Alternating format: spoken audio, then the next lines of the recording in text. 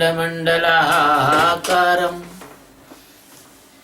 व्याप्तं येन चराचरम् तत्पदं दर्शितं येन परमानन्दं सद्गुरुम्। ॐ गुरु ब्रह्मा गुरु विष्णु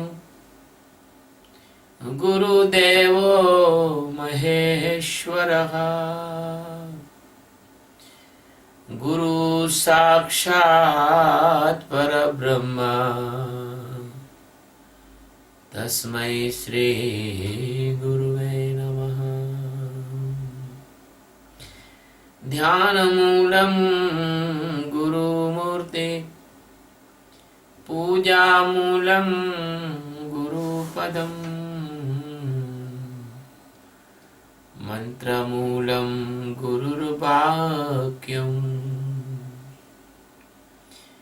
मोक्षमूलं गुरुकृपा। गुरु महाराज की जय। शिवोहम। आज गीता के 18वें अध्याय का 70वां श्लोक ले रहे हैं। 70। इसमें भगवान गीता जी के पठन का महत्व बता रहे हैं। अध्ययेष्यते च या इमं धर्म्यं संवाद भावयोः ज्ञान यज्ञेन तेनाद्रमिष्टः स्यामिति ते मति। अध्ययेष्यते च यः इमं धर्मं संवादम् आवयोः ज्ञान यज्ञेन तेन अहम् इष्टः श्याम इति मे मतिः। यह जो पुरुष इमाम यानी इस धर्मम यानी धर्ममय आवयो हम दोनों के संवादम यानी संवाद रूपी गीता शास्त्र को अध्ययते पढ़ेगा अध्ययन करेगा तेन उसके द्वारा च यानी भी अहम यानी मैं ज्ञान यज्ञ न ज्ञान यज्ञ के द्वारा इष्ट यानी पूजित श्याम यानी होऊंगा इति ऐसा में मेरा मति यानी मत है। जो पुरुष इस धर्ममय हम दोनों के संवाद रूप गीता शास्त्र को अध्ययन करेगा उसके द्वारा भी मैं ज्ञान यज्ञ से पूजित होऊंगा ऐसा मेरा मत है। सतगुरु सच्चिदानंद परमात्मा भगवान श्री कृष्ण जो अनंत अनंत ब्रह्मांडों के एकमात्र मालिक हैं, जो अनंत अनंत आकाश गंगाओं के एकमात्र मालिक हैं, इन अनंत आकाश गंगाओं में अनंत अनंत ग्रह उपग्रह तारे इत्यादि हैं और कोई दूसरा मालिक इस जगत का है नहीं, क्योंकि वह सत चित और आनंद स्वरूप है। केवल इस सृष्टि में वही सत्य है,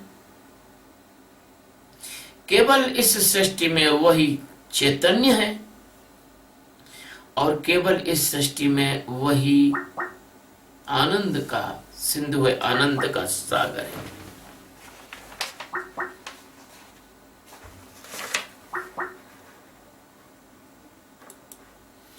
तो इस सच्चिदानंद तत्व को जिसने जाना वह तो मुक्त हो गया,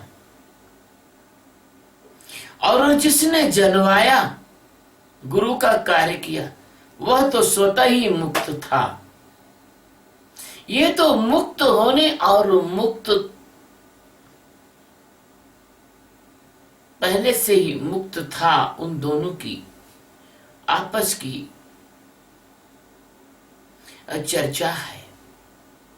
जो मुक्त होने के मार्ग में जा रहा है, मोक्ष मार्ग में जा रहा है, जो अर्जुन जैसा जिज्ञासु है और जो कृष्ण जैसा सतगुरु है, ये इन दोनों की आपसी चर्चा है, गोपनीय चर्चा है। और इस चर्चा को सार्वजनिक करने के बाद भी जब तक कोई व्यक्ति इस चर्चा का लाभ नहीं उठा पाएगा,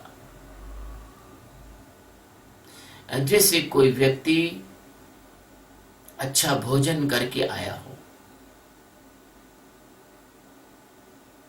और वो अपने भोजन का वर्णन आपको सुना रहा है, उस वर्णन के सुनने से आपका पेट नहीं भर सकता। हो सकता है आपको भूख और भड़क जाए, लेकिन पेट नहीं भरेगा और आप भोजन की तलाश में चल दो। इतना ही हो सकता है इस गीता के पाठ करने वालों को कि वो उनकी भूख भड़क जाए और वो किसी सद्गुरु की तलाश में चल दे। इस भाव से भगवान ने ये श्लोक बोला है। अगर कोई भूख लग जाए और भोजन की तलाश में चल दे तो संभव है उसको भोजन की उपलब्धि हो जाए, उसकी क्षुधा, उसकी भूख मिट सकती है। ऐसे कोई परमात्मा को पाने की तलाश में चल दे, हो सकता है उसको परमात्मा मिल जाए सद्गुरु के माध्यम से, तो उसका गीता पढ़ना सार्थक हो जाएगा। लेकिन अगर कोई इसलिए गीता पढ़ रहा हो कि मैं पुण्य प्राप्त कर लूं,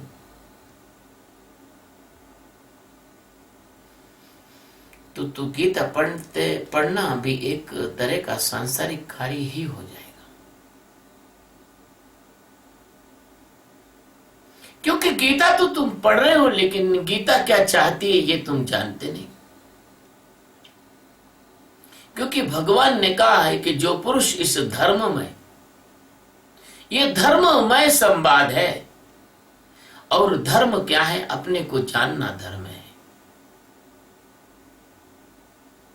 जो अपने अंदर एक ऐसा तत्व है जो सब कुछ को धारण करता है और उसे कोई धारण नहीं करता। धारयति इति धर्मः, जो परमात्मा सारे जगत को धारण करता है वह परमात्मा धर्म है। उस परमात्मा को जानना धर्म है, बाकी तो फिर शेष अधर्म है। प्रकाश और अंधकार, बस ये दो विभाजन किए जा सकते हैं। प्रकाश और अंधकार, बस ये दो बंटवारे हैं। एक अवस्था जरूर रहती है जब प्रकाश समाप्त होता है और अंधकार प्रारंभ होता है, उसके बीच में एक लकीर होती है जिसमें धुंधला सा प्रकाश होता है। अगर कोई धुंधा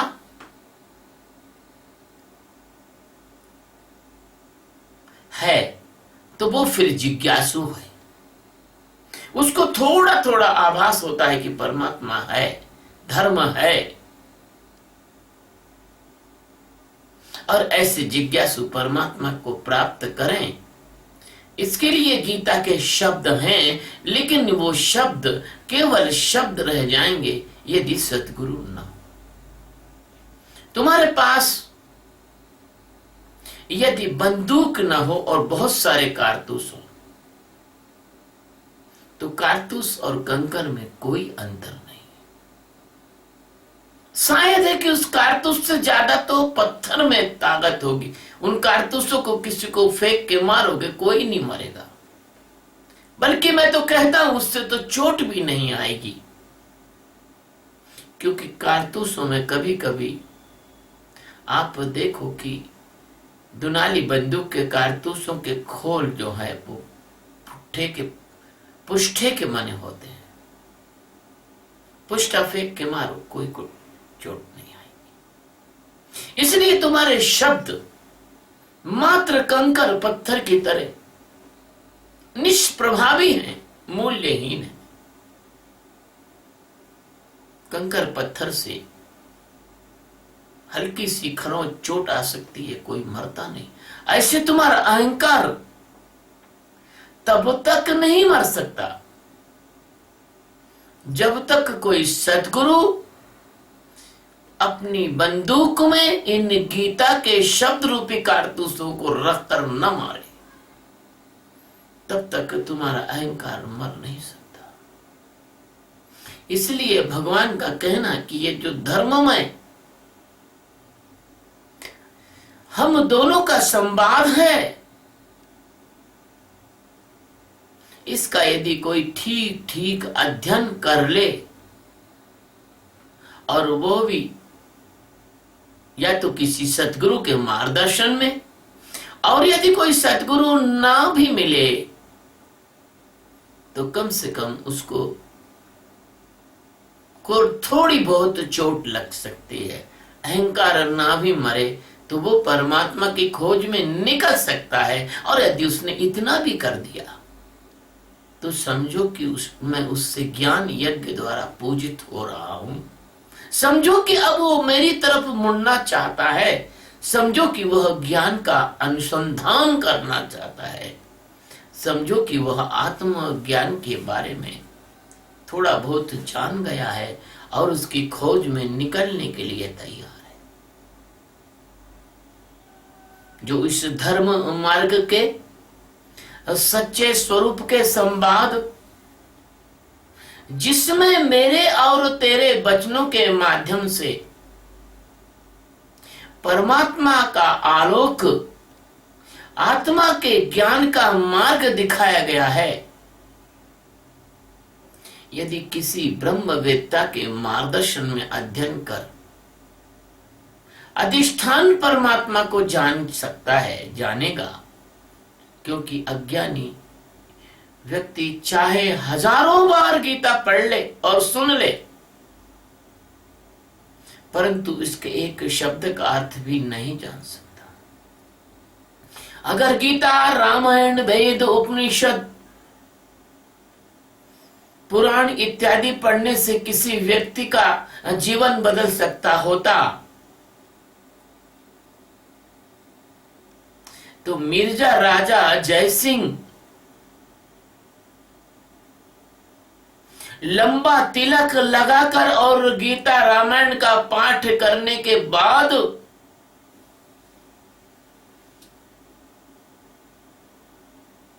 मुगलों का सेनापति बनकर सनातन धर्म के प्रेमियों की हत्या नहीं करवाता।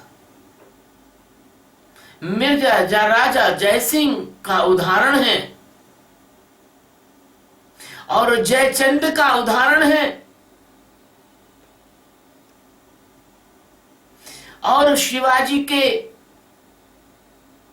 समय में कुलकर्णी का उदाहरण है।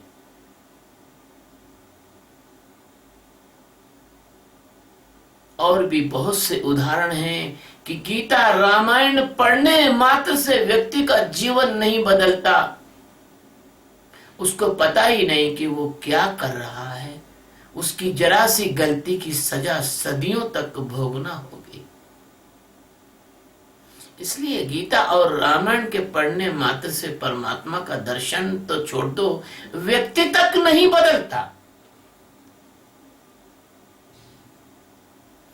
क्योंकि ये अज्ञानी व्यक्ति चाहे हजारों बार गीता पढ़ ले और सुन ले, क्योंकि वो इसके एक शब्द का अर्थ भी नहीं जान सकता। जैसे बकरी नारियल चाट के चली जाती है, बकरी नारियल के अंदर की जो गिरी है उसका स्वाद नहीं जान सकती, इसी तरह से ये शब्द गीता के नारियल के समान है। और पाखंडी कितना भी प्रवचन कर लें गीता पर, रामायण पर, भागवत पर, उनका एक भी शब्द किसी को प्रभावित नहीं कर सकता। अगर प्रभावित करता तो हमारे भारतवर्ष में हर नगर में, हर गांव में, हर मोहल्ले में भागवत होती है, गीता होती है, रामायण होती है, हर घर में रामायण का पाठ होता है। और फिर भी इतना अनाचार, इतना व्यभिचार, इतनी धर्म विमुखता, इतना ज्यादा धर्मांधता, आंखें फूट गई हो ऐसे।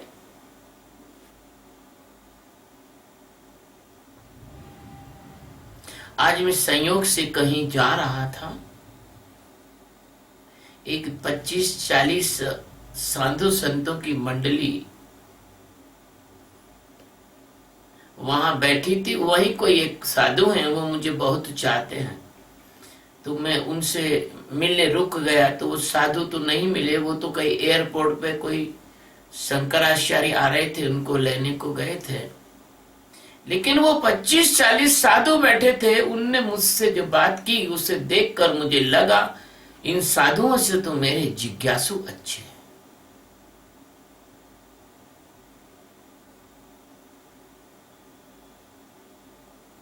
उन साधुओं को मैंने देखा, ना तो उनमें परमात्मा का प्रेम दिखा,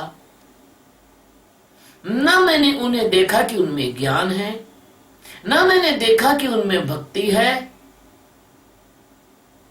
लेकिन उनका अहंकार जरूर मुझे दिख गया, अहंकार जरूर मुझे उनके अंदर से परिलक्षित हुआ। साधु, हर साधु 50 वर्ष की आयु से बड़ा था। और उनने मुझसे ये कहा कि महाराज, हम आपके आश्रम आना चाहते हैं और आप हमें 11-11, 21-21 हजार रुपए दक्षिणा देंगे क्या?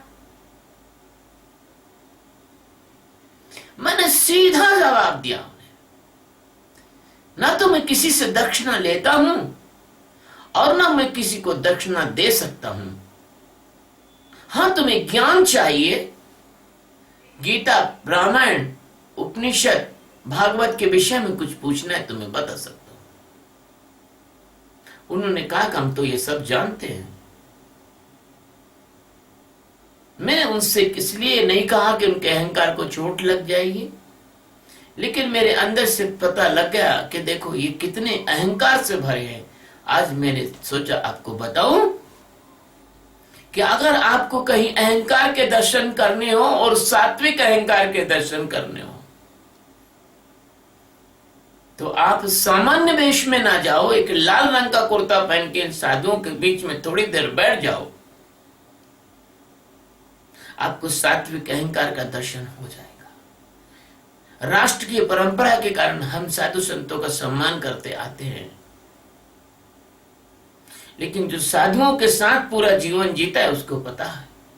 यदि आपको राजसी अहंकार देखना हो तो आप नेताओं के बीच में और अधिकारियों के बीच में बैठ के देख लो, और तामसी अहंकार तो आपको हर जगह मिल जाएगा। तो गीता का एक शब्द का अर्थ भी जानना इतना कठिन है, क्योंकि ये अहंकारी लोगों के लिए ये गीता बकरी की तरह, नारियल की तरह है। और पाखंडी कितना भी प्रवचन करें, एक शब्द का भी समाधान नहीं कर सकते, एक शब्द भी उनके श्रोताओं के अंदर नहीं घुस सकता। जैसे फिजी की भाषा में कहते हैं कि हल नहीं सकता, दिमाग में हलेगा नहीं, मतलब घुसेगा नहीं। जिसने अपने स्वरूप को जाना है, गीता उसी को अपना रहस्य बताती है। ये तो शब्दों की विडंबना में और बुद्धि का अंधापन टटोल टटोल के कुछ का कुछ बता देंगे।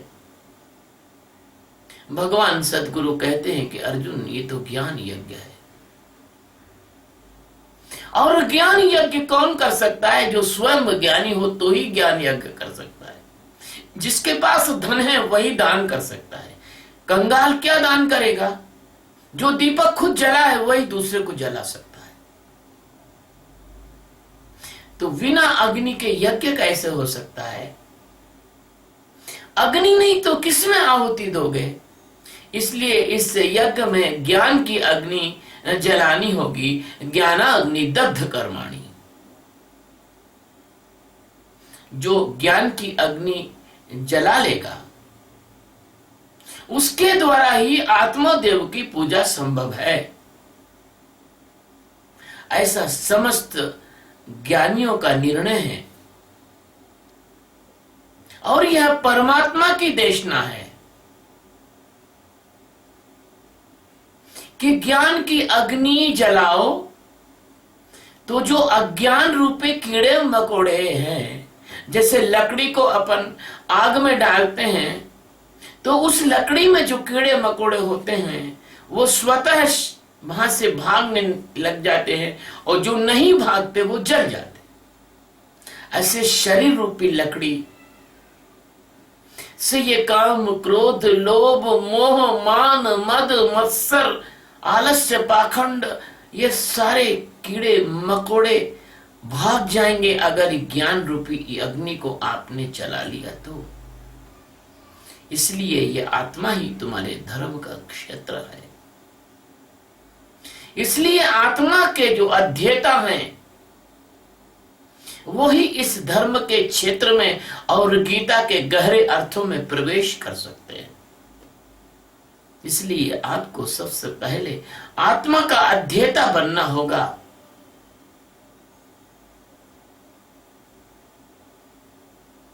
क्योंकि संसार की ये जो माया है ये अज्ञान रूप है और ये तुम्हारी सारी फजीती, सारी परेशानी, सारे दुखों की जड़ और मूल कारण है। परमात्मा अव्यक्त है। परमात्मा किसी धर्म, संप्रदाय, नागा, गिरी, पुरी, भारती,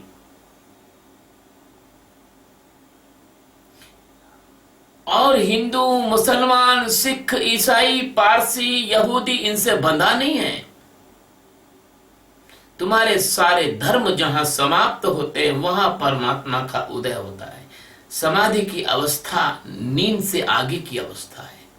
जैसे नींद में तुम, गहरी नींद में तुम अपने आप को भूल जाते हो कि तुम हिंदू हो कि मुसलमान, सिख के पारसी, यहूदी के कौन, तुम स्त्री हो कि पुरुष हो, तुम गोरे हो कि काले हो, तुम बच्चे हो कि बूढ़े हो, तुम जवान हो कि बीमार हो।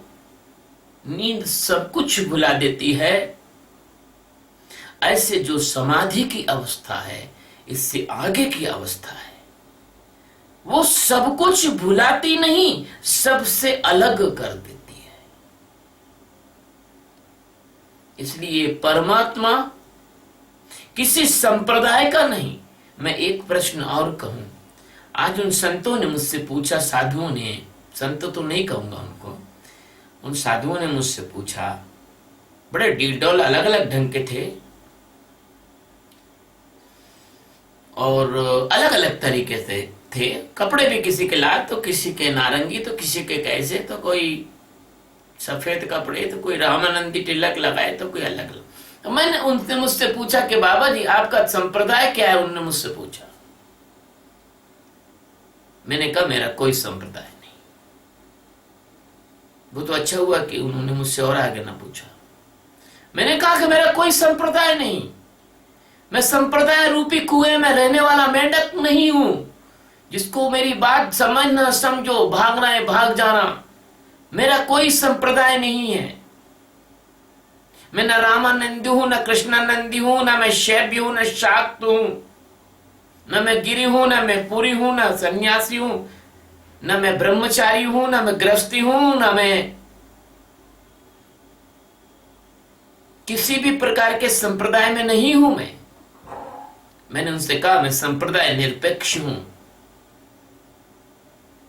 ये शब्द बड़ा प्यारा था, धर्म निरपेक्ष, लेकिन इसका अर्थ हिंदुस्तान के लोगों ने बड़ा गलत लगा लिया। परमात्मा जब स्वयं धर्म है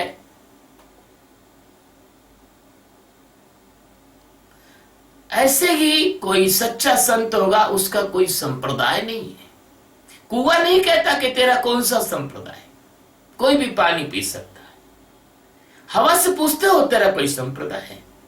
हर आदमी अपने फेफड़ों में लेकर सांस ले सकता है। अन्न से पूछते हो तेरा क्या संप्रदाय है? जिसकी थाली में रोटी रखी वो खा सकता है।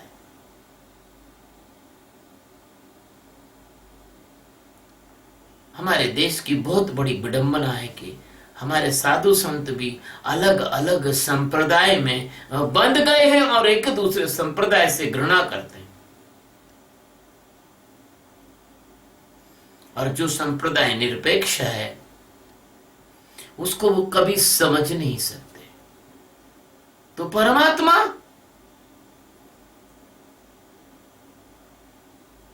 अव्यक्त है, उसका कोई संप्रदाय नहीं है। इसलिए मैं कहता हूं इस पृथ्वीवासियों से कि तुम चिंता ना करो।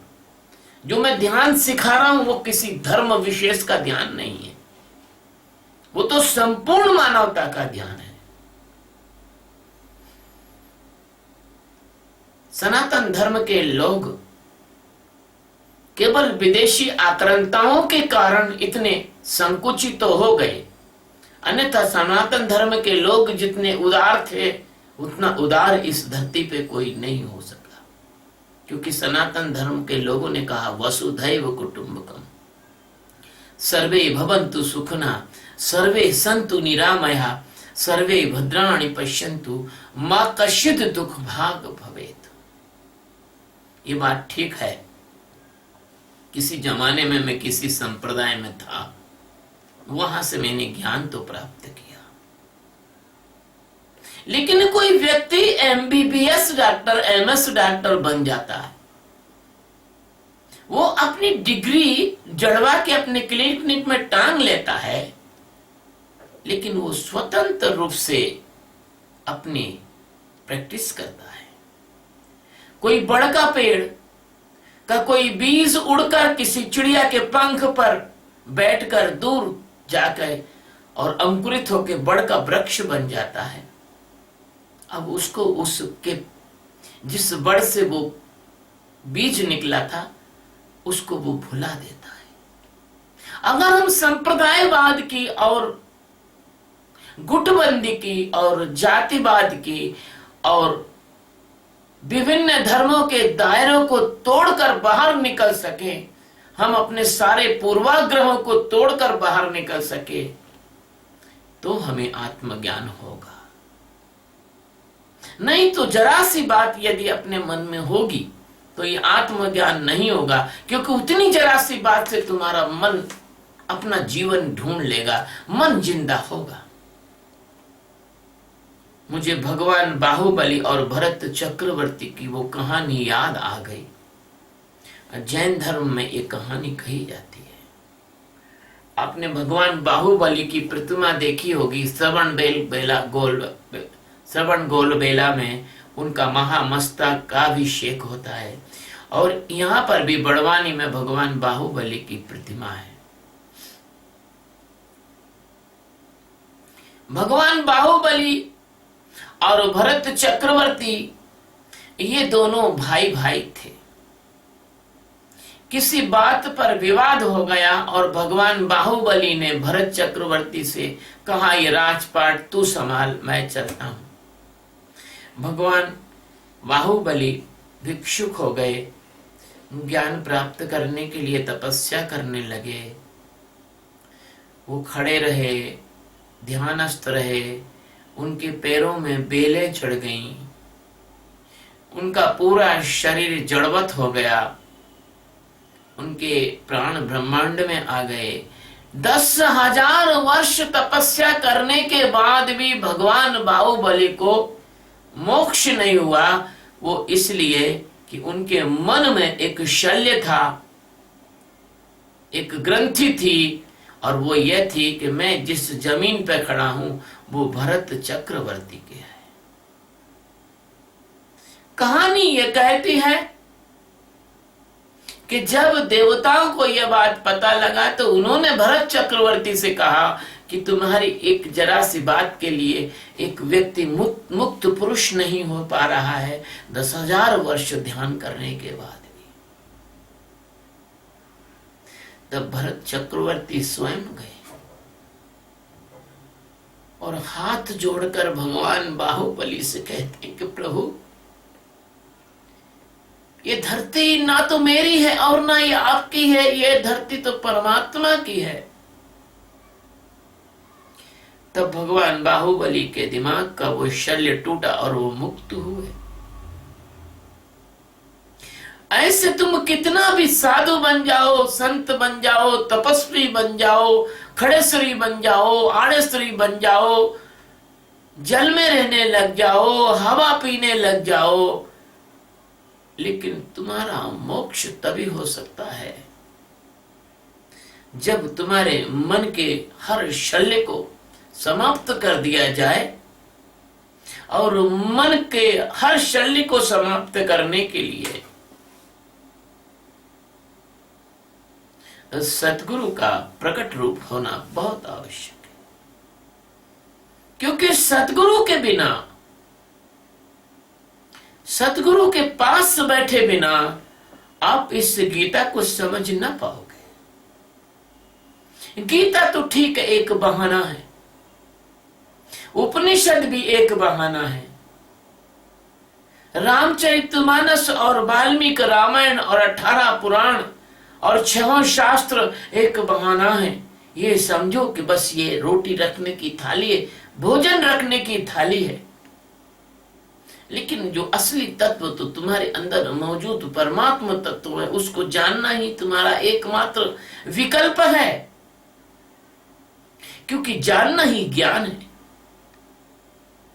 और जानने का प्रयास करना यही आराधना है, जानने का प्रयास करना यही साधना है, यही पूजा है। और संसार के समस्त ज्ञानी इसी मार्ग से गए हैं, और कोई मार्ग नहीं है, न अन्य पंथा, और कोई पंथ नहीं है। इसलिए संसार भ्रांति का भयानक जाल है। संसार में भटक गए तो तुम्हें मोक्ष की नाम देकर, जैसे कोई ठग किसी स्त्री का अपहरण करता है, चल चल तेरे पति उस गली में बैठे हैं, तेरा इंतजार कर रहे हैं, चल वो बुला रहे हैं, ऐसे ले जाता है, मुंह बांध के ले जाता है। ऐसे बच्चा चुराने वाले लोग बच्चे को कहते हैं चल वो दुकान पे चॉकलेट दिलाएंगे,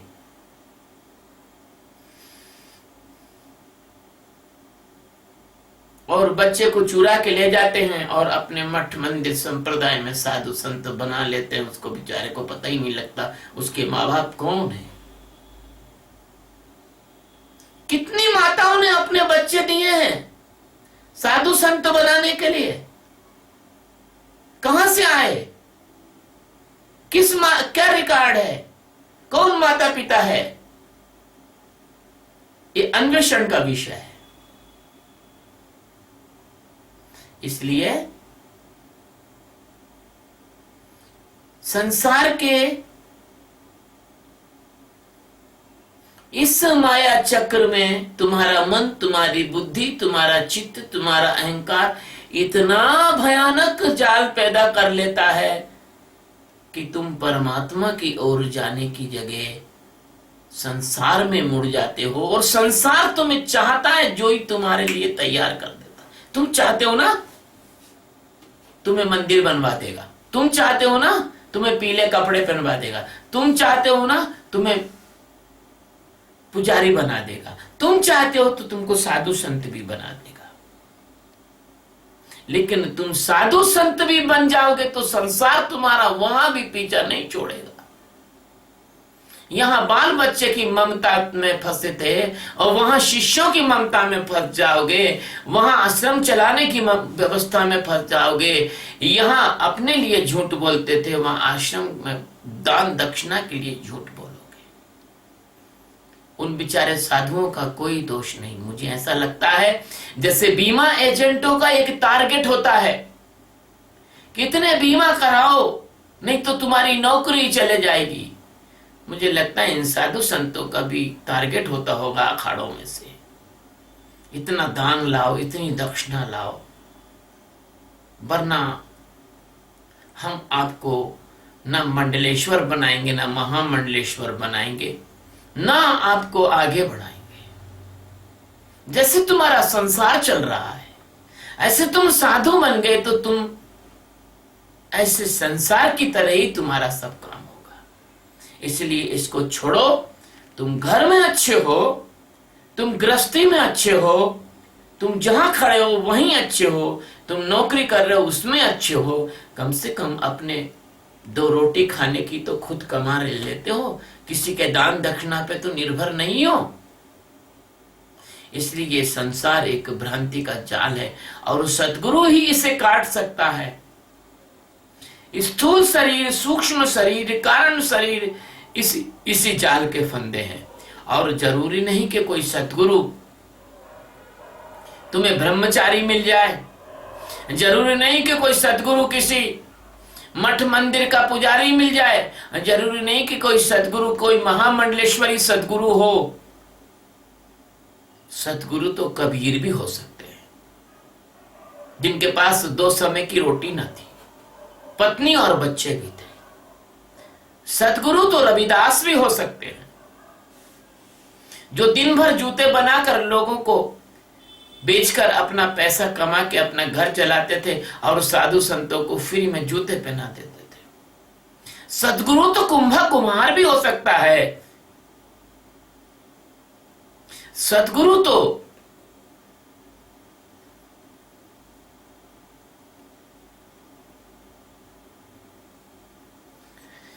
जो दर्जी हैं थे नामदेव, वो भी हो सकते हैं। और सतगुरु तो गोरक्षनाथ भी हो सकते हैं, मच्छिंद्रनाथ भी हो सकते हैं, और सतगुरु तो राजा जनक भी हो सकते हैं। सुखदेव जी ने जाके उनसे ज्ञान प्राप्त किया। राजा भी सतगुरु हो सकता है और रंक भी सतगुरु हो सकता है। सतगुरु का होना तुम्हारे समाज के स्टेटस पर निर्भर नहीं करता, सतगुरु का होना तो उसके अंदर के जागरण पर निर्भर करता है। इसलिए कहीं भ्रांति में मत पड़ जाना कि किसी के हजारों लोग जय जयकार कर रहे हो, महाराज पालकी में चल रहे हो, महाराज हवाई जहाज से आ रहे हो, महाराज के तबलची बहुत सारे हो, बहुत सारे संगीत बीड़ा बजाने वाले हो, बांसुरी बजाने वाले हो, महाराज के बहुत सारे देशों में शिष्य हो, महाराज को जो है कहीं जाते हो तो उनके आगे 500-800 आदमी, पीछे 500-800 आदमी, हाथ पकड़कर पूरी सड़क पर उनके लिए कॉर्डन बनाने वाले आदमी हो, लेकिन वो महाराज जरूरी नहीं कि सतगुरु हो। वो गुरु हो सकते हैं घंटाल, जिनमें कला आती है लोगों को पटाने और फंसाने की और जमाने की और मैनेजमेंट की, लेकिन जरूरी नहीं कि वो सतगुरु हो। सतगुरु तो ऐसा भी तुम्हें मिल सकता है कि शायद जिसके पास एक भी शिष्य ना हो। सतगुरु तुम्हें ऐसा भी मिल सकता है कि जिसके पास 2 जून की 2 समय की रोटी की व्यवस्था भी ना हो। और सतगुरु तो तुम्हें ऐसा भी मिल सकता है जो किसी सिंहासन पर बैठा हो। और सतगुरु तो तुम्हें ऐसा भी मिल सकता है जो तुमसे बात भी ना करे और बात भी ना करना चाहता हो। सतगुरु तो तुम्हें हर देश काल और परिस्थिति में सबसे विलक्षण ही मिलेगा, सबसे अलग ढंग का ही मिलेगा। इसलिए भगवान श्री कृष्ण कहते हैं कि भयानक माया जाल है, सद्गुरु इसका काटने वाला है। और स्थूल सूक्ष्म और कारण शरीर रूपी इस जाल में ये फंदे हैं, गले की फांसी है।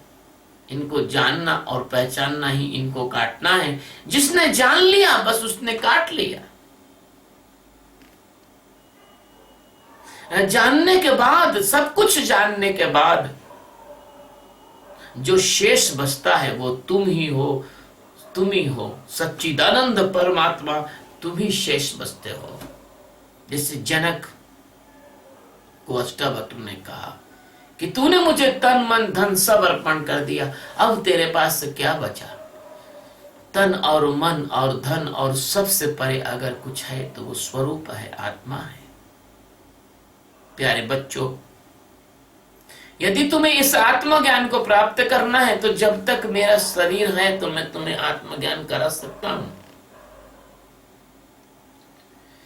मुझे तुमसे कुछ भी नहीं चाहिए, और तुम्हें आत्मज्ञान प्राप्त नहीं करना तो मैं इतना जरूर कहता हूं कि जो मैं तकनीक ध्यान की दे रहा हूं वो तुम्हें जीवन में शांत और तनाव रहित तो कर ही देगी।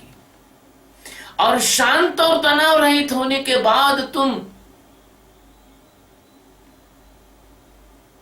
कितनी बड़ी उपलब्धियों को प्राप्त हो जाओगे। तुम्हें कितनी बड़ी उपलब्धि होगी कि तुम्हें तनाव से होने वाली जो बीमारियां हैं वो नहीं होगी।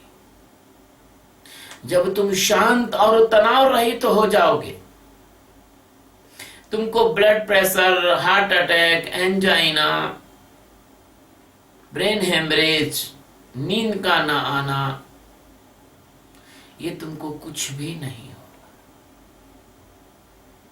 तुम इस ध्यान को करो तो तुम्हारा जो स्तर है वो इस दुनिया के तथाकथित धार्मिक लोगों के ऊपर उठ जाएगा, अपने आप उठ जाएगा। उनके लेवल से तुम ऊंचे हो जाओगे अगर तुम इस ध्यान को करोगे तो। और जब तुम्हें तनाव रहितता और जब तुम्हें तनाव से होने वाली बीमारियों से छुटकारा मिल जाएगा, एक तरह से तुम्हारा बचाव हो जाएगा, एक तरह से तुम्हारा वैक्सीनेशन हो जाएगा, एक तरह से तुम्हारा प्रिवेंशन हो जाएगा, कितने आनंदित हो गए रे तुम। अब तुम निश्चित हो गए, तुमको हार्ट अटैक नहीं होगा, तुमको ब्लड प्रेशर नहीं होगा, तुमको डायबिटीज नहीं होगी। कितने निश्चिंत हो जाओगे तुम। ये निश्चिंतता तुम्हें ना तो कोई इंश्योरेंस वाला दे सकता, ना ये निश्चिंतता तुम्हें कोई डॉक्टर दे सकता। डॉक्टर से कहो तुम्हारे पास कोई ऐसी गोली हो तो दे दो भाई कि मेरा तनाव हमेशा हमेशा के लिए चला जाए। डॉक्टर कहेगा यार ऐसी तो कोई गोली अभी तक बनी नहीं, लेकिन मैं कहता हूं बन गई ऐसी गोली, और वो है साक्षी का ध्यान। करो इस ध्यान को 4-5 महीने मन मार के।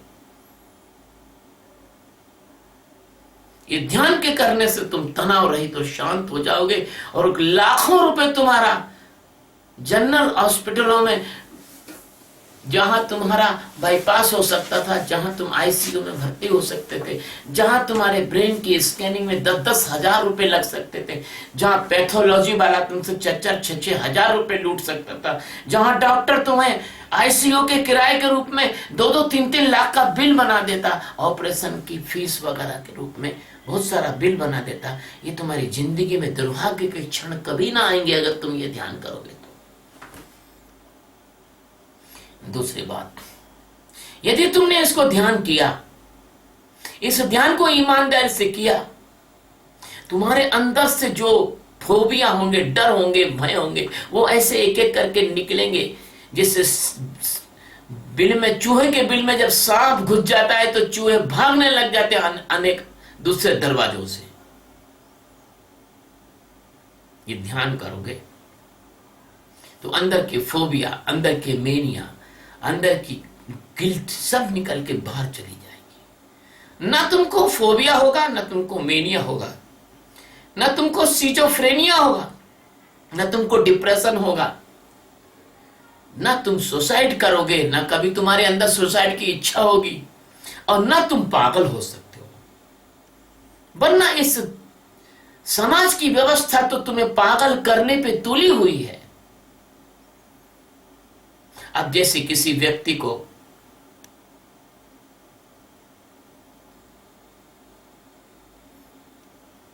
गैस्ट्रिक ट्रबल हो और उस आदमी के मुंह को भी बंद कर दो, ना तो वो डकार ले सकता, ना अपान वायु छोड़ सकता, तो मरेगा ना वो। ऐसे तुम्हारा समाज इधर तो तुम्हारी इंद्रियों का दमन सिखाता है, इधर तुम पर अपने थोते थोते जो है सिद्धांत लाता है। और तुम्हारा रेचन होता नहीं, और तुम्हारी वासनाओं की भूख बढ़ती चली जाती है, और वो वासनाओं की भूख विस्फोट करके तुमको पागल बना देती है। इस ध्यान से तुम्हारा रेचन होगा। इस ध्यान से तुम देखोगे कि एक एक वासना ध्यान के अंदर आके निकल रही है, बाहर जा रही है, और तुम परम पवित्र होते चले जा रहे हो। दिन ब दिन तुम पवित्र होते चले जा रहे हो। ये ध्यान रेचन भी करेगा और तुम्हारी ग्रंथियों को भी खोलेगा, तुम्हारी मनोग्रंथियों को भी खोलेगा, और तुम्हारे दिल में प्रेम का संचार भी करेगा। तुम जब इस ध्यान को करोगे तो तुमने मेंटल हॉस्पिटल और फिजिकल हॉस्पिटल, जनरल हॉस्पिटल से लाखों की बचत कर ली, खुद एक एक आदमी की। तो सबकी बचत तो मैं बाद में देखता हूं, लेकिन तुम ये ध्यान करोगे तो तुम क्रोध को आता हुआ देखोगे। अभी तो तुम क्रोध में सड़ रहे हो, जल रहे हो, भट्टियों की तरह भड़बड़ा रहे हो, एकदम से फड़फड़ा रहे हो, उसे मार दूं, उसे काट दूं, उसे ऐसा कर दूं, उसने ऐसा किया, उसने वैसा किया। लेकिन जब तुम ध्यान करोगे तो तुम क्रोध को एक नाटक की तरह आते और जाते हुए देख के, उसको देख के हंसोगे, मनोरंजन होगा तुम्हारा। क्रोध तुम्हें टच नहीं कर पाएगा, क्रोध तुम्हें बेहोश नहीं कर पाएगा, क्रोध तुम्हें अपराधों की तरफ नहीं ले जा पाएगा। क्रोध से तुम बेहोश ना होगे। क्रोध के आवेग में तुम किसी का मर्डर नहीं करोगे, क्रोध के आवेग में तुम किसी से झगड़ा नहीं करोगे, मारपीट नहीं करोगे। जब तुम अपने क्रोध को देख सकते हो, क्रोध से हट सकते हो, तो एक तरह से तुमने क्रोध को जीत लिया, यही मान लो ना। तो फिर क्या होगा? ये लोग तो कहते हैं क्रोध को जीतो, काम को जीतो, लेकिन इनके पास काम और क्रोध को जीतने की कोई विधि ही नहीं है। इनको काम और क्रोध की जीतने की विधि होती तो इंद्र क्यों अहिल्या के पास व्यभिचार करने जाता? वो तो इनका इंद्र था ना, राजा था ना वो तो। काम और क्रोध को जीतने की विधि अगर किसी के पास है तो वो ब्रह्मवेत्ताओं के पास है, और किसी पे भी नहीं। तो तुम क्रोध को देख लोगे, ऐसे तुम काम को देख लोगे। जब तुम काम को आता देखोगे तो अपने होश में, अपने जागरण में, अपने होने में खड़े हो जाओगे। काम आएगा और चला जाएगा। काम तुमको अपनी आंधी में उड़ाकर किसी स्त्री का शील भंग करने के लिए नहीं ले जा पाएगा, किसी स्त्री को दुख नहीं दिल पाएगा, और सारी स्त्रियों के प्रति तुम्हारे मन में माता और बहन का भाव होगा। अपनी पत्नी को छोड़कर जितनी भी स्त्रियां होंगी सबको तुम अपनी माता के रूप में देखोगे। और यह हमारे देश की संस्कृति ऋषि मुनियों के काल में रही है। परदारा मातृवत भवे, दूसरे की पत्नी हमारी मां के समान है। तब देखना स्त्रियां अपने आप को सुरक्षित महसूस करेंगी। देवियां जब देखेंगी तो संसद में फिर वो जो कानून लाया है, वुमेन्स वायलेंस एक्ट, उसकी जरूरत ही नहीं रहेगी।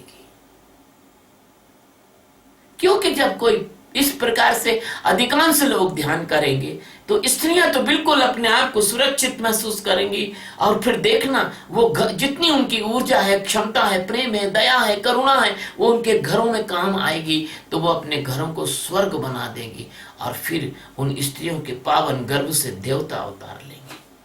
आज तो ये स्थिति है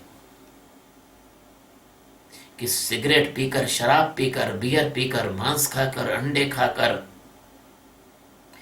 और आप लोगों के ना भी अंडे खाए ना भी मांस खाए, लेकिन अहंकार से भरे हुए हैं, हिंसा से भरे हुए, क्रोध को से भरे हुए हैं। और ऐसी पत्नी को भी तुमने बिल्कुल अशांत, परेशान कर दिया है। और उस अशांति के समय में तुम गर्भाधान करते हो तो प्रेत ही तो तुम्हारे घरों में जन्म लेंगे। कहाँ देवता आ सकते हैं? जिस जगह पर गंदगी फैली होगी, जिस जगह पर कुल्हाड़ हो रहा होगा, जिस जगह पर मार काट मची होगी, उस जगह पर कौन अच्छा आदमी जाना चाहेगा, जाना पसंद करेगा? हम इस ध्यान के द्वारा परिवारों के वातावरण बदल देंगे और देवता जन्म लेंगे, धरती बदलने लग जाएगी। इसी तरह से लोभ भी आएगा तो आप लोभ में भी नहीं फंसोगे। इस तरह से जब अधिकांश लोग ध्यान करेंगे और ये परिवार अच्छे होंगे तो समाज अच्छा होगा, समाज अच्छे होंगे तो राष्ट्र अच्छा होगा, राष्ट्र जब सब अच्छे होंगे तो क्या जरूरत है तुमको परमाणु बमों की, न्यूट्रॉन बमों की, मिसाइलों की? क्या जरूरत है तुमको स्मार्ट बमों की? क्या जरूरत है तुमको फाइटर जेट और टैंकों की, तोपों की?